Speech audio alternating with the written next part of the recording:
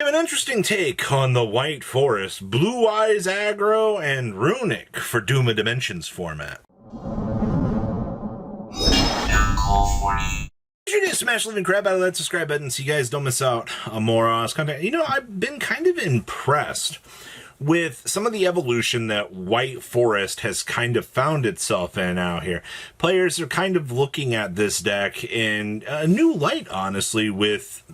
I didn't expect to see Canine being something that players were going to consider playing, but I mean, this does give us actual kind of hand trap protection in the form of the Ripper. Now, let's be honest, if you're playing this deck, one of the scariest things that could potentially ruin your day is a Drollin Lockbird, you know, creeping around the corner. So at least, you know, if you see some sort of hand trap protection, obviously, I mean, Izuna will need to trigger something else. I guess the whole point of this is it depends how you structurally open, will depend on how much value, you know, the Canine package is going to actually kind of give you here. Also, these are level 5s, which will kind of help you along with maybe making some of the synchro plays that you need to be making, you know, a little bit better. We're also maximizing on triple Black Goat Laughs in this, which does kind of feel like a lot. I don't hate the idea of having maximum numbers in here, but it does feel a little bit weird. I also do see Azamina herself, the queen of degeneracy, has a slot in this deck, you know, especially if you can rotate off of Saint Azamina to make this as kind of like a little bit of an end board piece. But the whole point of this, I mean, Canine stuff grants you protection / you know, board control through the rank up side of things. I do see that we're playing Nash Knight as another potential form of interruption, and you know, you're just using the adjudicator stuff to kind of clear up those big boards and to put yourself into a much stronger game winning position. Makes all the sense to me. Next up here, we have Aggro Blue Eyes, something that Sonny came up with and wanting to test out. And let's call it what it is. I mean, you all love Dragon Master Magia. We all know this card is going to be one of those gimmick cards that you're going to latch onto and you're going to go, hey, if I can make this card, I'm probably going to have a fun time. That is, in fact, a correct statement, Duelist. Typically, any situation that does tend to involve Magia usually ends up being a good one, but there's only so much that you can do to make Magia like a super viable card. That's why Sonny has turned to the idea of, let's make this deck 60 cards. By upping the ceiling to 60, well, actually, we should be getting much more consistent options. And also, Kaiba Man the Legend makes making Magia all the easier because we get the ability to actually see one of the other Chaos monsters kind of help us. Now, there is the odd chance that, you know, maybe you have to ritual summon the big guy. The Majesty of the White Dragons gives you the ability to actually cheat this out through probably one of the weirder things out here, giving you the ability to ritual summon by banishing. And, you know, you're just going to have to tribute a Blue Eyes to roll this on out, but I don't really think it's going to be much of a problem. A lot of people kind of forget that Blue Eyes Chaos Max, for the longest time, was one of the strongest boss monsters that you could actually access to put that pressure on your opponent to close out the game. And I do continue to say that this is probably one of the craziest ones we can have. Also, the ultimate creature of destruction actually getting a chance to see some play is actually very, very beautiful. I think 60 is a good, solid number to go with, especially if you're wanting to see what you can cook up here on something of this level. Ooh, we have Runick. So this is something that an IRL friend of mine has been kind of testing.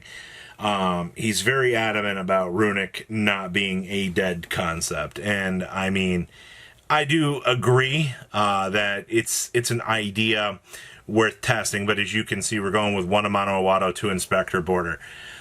I do agree that it is a little bit of a coin flip here, because Amano, in theory, seems like a very good card, like to summon, navigate, build your board, and do your thing, but on the flip side of the equation, like, it does kind of, it kind of cracks apart. It's why, like, you do typically want to see the border. Now, yes, we are playing Dimensional Fissure within the deck.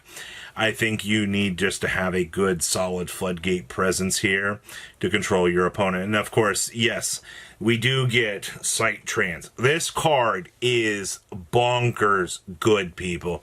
You get to manipulate and draw cards and get extra quick plays into the graveyard for trance, like, and it digs further into the deck. Like, for Runick support, this is crazy. Also, we are playing the Magnificent Storm Sovereign here. This gives you the ability to basically convert your MSTs into, you know, actual setup, and also lets you shuffle 3 quick play spells in your graveyard, including a Magnificent Storm card to apply an effect, which just lets you draw a card, but it also turns your MST into a pop. So, or into a negate. So, that's kind of interesting to consider. We're also kind of forced to play Clockwork Knights in this deck now. I am not a super huge fan of having to rely on Clockwork Knight, but all intents and purposes here, people, we just have to have some extra, you know, manipulation to make sure that we don't get bonked by, you know, Yummy. Next up here, we have Sky Striker. Now, we are actually playing the triple Fulalos in the main deck, which this deck guts out the Ash Blossoms, and it's just playing on the situation of, hey, you know, if we do see the Fua, we will get an ability to actually net yourself some sort of advantage. I don't see a problem with that whatsoever. Especially, you know, you're already a going second deck in the form of, you know, having the Lightning Storms. We're also bringing in the triple droplets here. Being able to just kind of board break your opponent is what you're wanting to do here. We are also playing 1 MST as an additional, you know, search off a Sight Trance. Because remember, Sight Trance is not limited to once per turn. It's once per turn per effect. So you can use one of these to search for an MST and then use the other one to draw 2 and then discard the MST if you really wanted to. You do have options actually setting up for that, which is quite nice. We're also going with the Upstart Goblins in here. We are also playing Hamp in the side deck. This is pretty much mandatory at this point.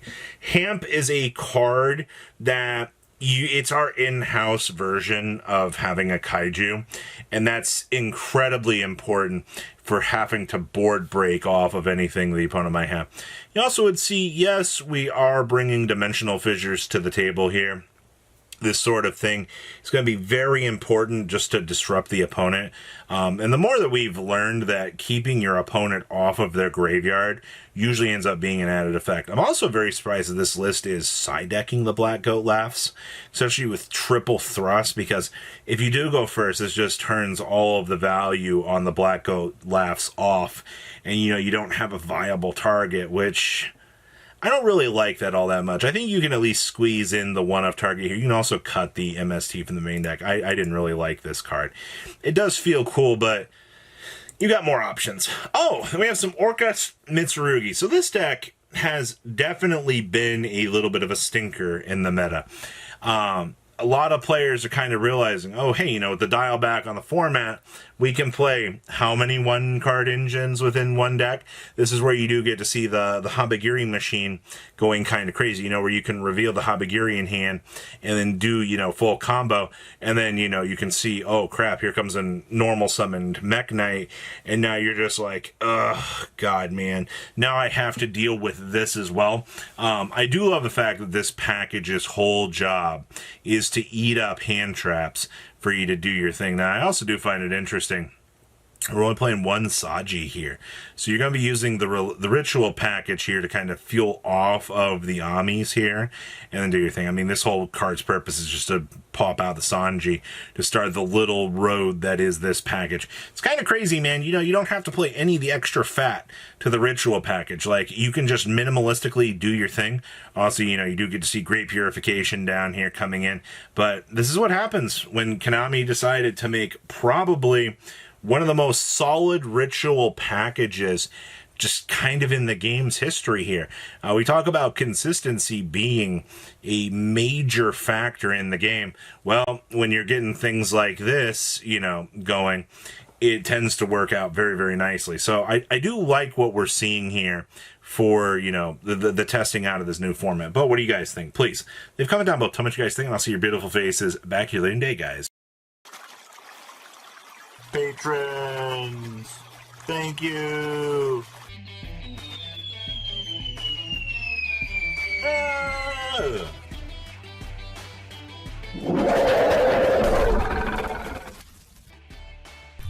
Thank you so much for watching. Check out these other videos.